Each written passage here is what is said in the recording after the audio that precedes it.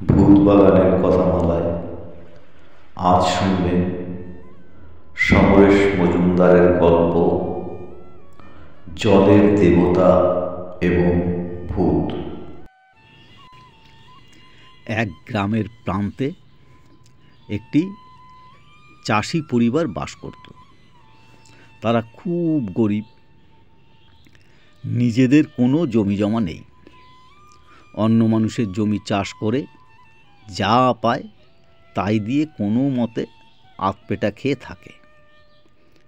গ্রামের পাশেই বড় নদী, কিন্তু ওই পরিবারের কেউ নদীর কাছে যেত না, কারণ তাদের এক পূর্বপুরুষ নদীতে মাছ ধরতে গিয়ে ডুবে মারা গিয়েছিল।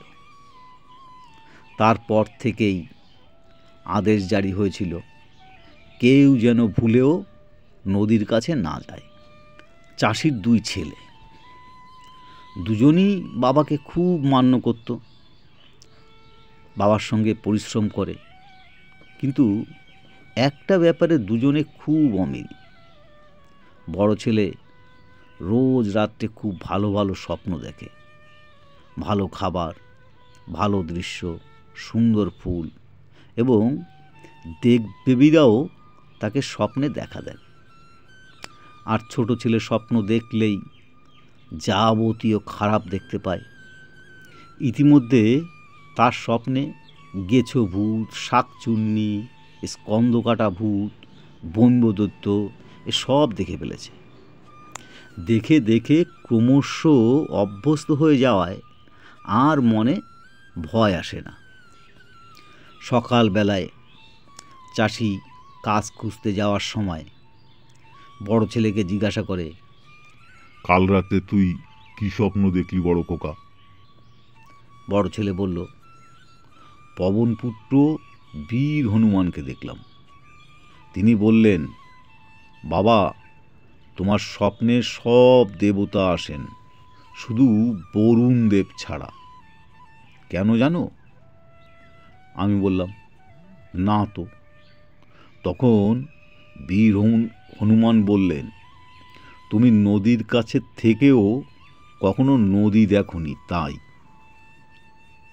চাষি বলল, স্বপ্নে ওরকম অনেক কিছু শোনা যায়, কিন্তু শুনতে নেই।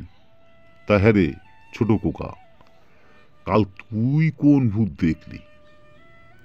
ছোট ছেলে বিষণ্ণ মুখে বলল, কাল কোনো ভূত পেতনিকে দেখতে পাইনি বাবা। তারা নাকি মেছো ভূতের বাড়িতে গিয়েছিল। একথা তোকে কে বললে? চাষি জিজ্ঞাসা করল।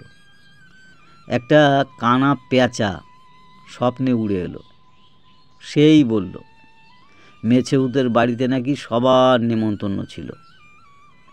নদীর বড় বড় মাছ ধরেছিল জমিদার মশাই, সব মেছে ভূত নিয়ে নিয়েছে ওদের খাওয়াবে বলে। কানা প্যাঁচা আমাকে ঠাট্টা করলো নেমন্তন্ন পাইনি বলে।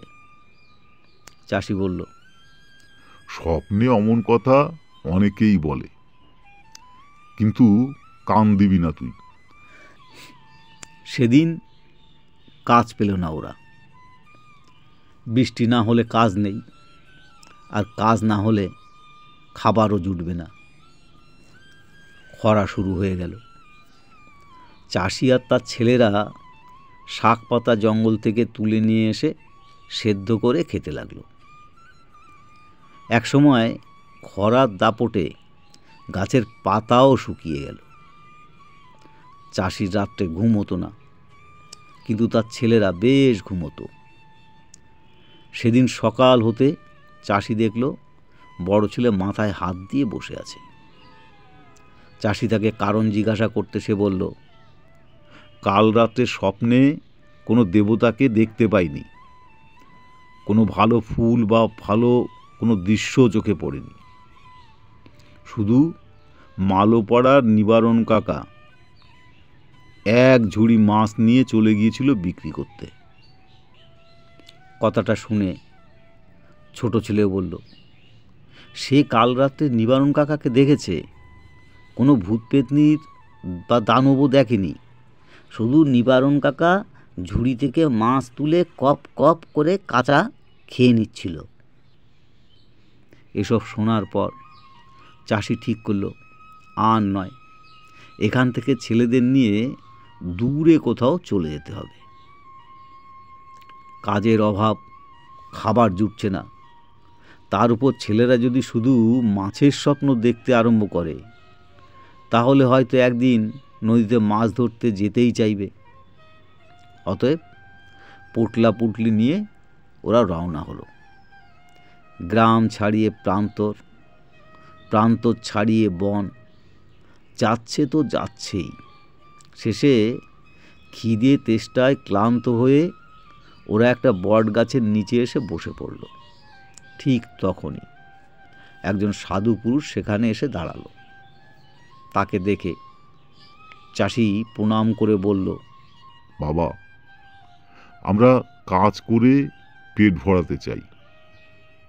আপনি আমাদের পথ বলে দিন, কোথায় গেলে কাজ পাবো? সাধু পুরুষ বলল, বলতে পারি, কিন্তু একটা শর্তে। আমি দুটো প্রশ্ন করব, যদি তার ঠিকঠাক জবাব দিতে পারো তাহলেই বলবো। চাষি বলল, আমি মূর্খ মানুষ, কি করে উত্তর দেব? সাধু পুরুষ বলল, থাক তাহলে। তখন বড় ছেলে বলল, বাবা, আমি যদি উত্তর দেওয়ার চেষ্টা করি? সাধু পুরুষ বললেন, বেশ তো। প্রথম প্রশ্ন হলো, কোন ফুল ঝরে না?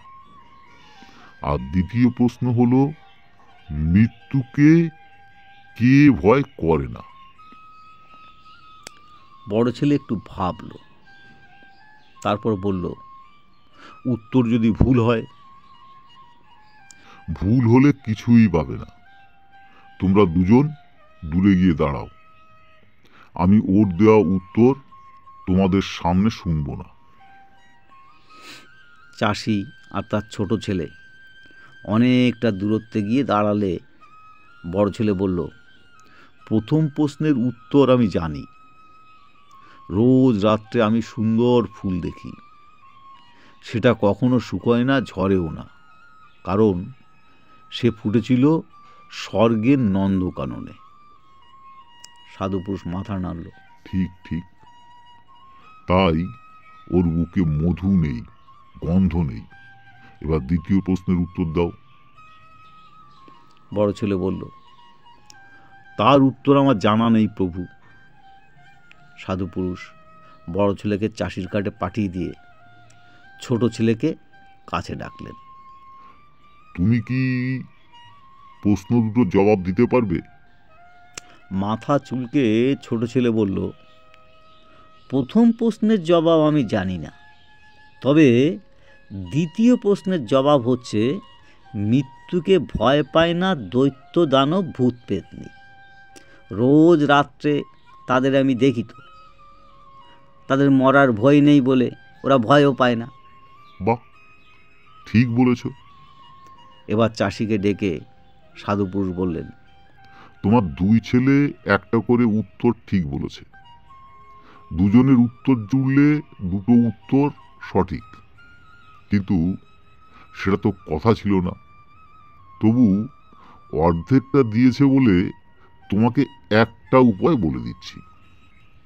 তোমরা এখানে মাটি খোঁড়ো, খুঁড়তে খুঁড়তে বিরাট দিঘি তৈরি করো, সেই দিঘি তোমাদের খাওয়াবে। উপদেশ মতো দিঘি তৈরি হলো। দিঘিতে প্রচুর মাছ হলো। সেই মাছ খেয়ে ওরা দিব্যি ছিল। কিন্তু এক রাত্রে বরুণদেব চলে এলেন বড় ছেলের স্বপ্নে। এসে খুব রাগ করলেন, তাকে পুজো না করে দিঘি কাটা হয়েছে বলে। আবার ছোট ছেলে স্বপ্ন দেখল, মেছবু তিড়িং বিড়িং নাচছে, তাকে বাদ দিয়ে ওরা মাছ খাচ্ছে বলে। সকালে সব শুনে চাষি দুটো বেদি তৈরি করলো দিঘির ধারে। একটার ওপর বরুণদেবের মূর্তি এনে বসালো, আর অন্যটার উপর মেছো ভূতের মূর্তি, একেবারে মুখোমুখি। মুশকিল হলো সেই রাত থেকে চাষির ছেলে দুটোর মন খুব খারাপ। তারা আর স্বপ্ন দেখতে পারে না।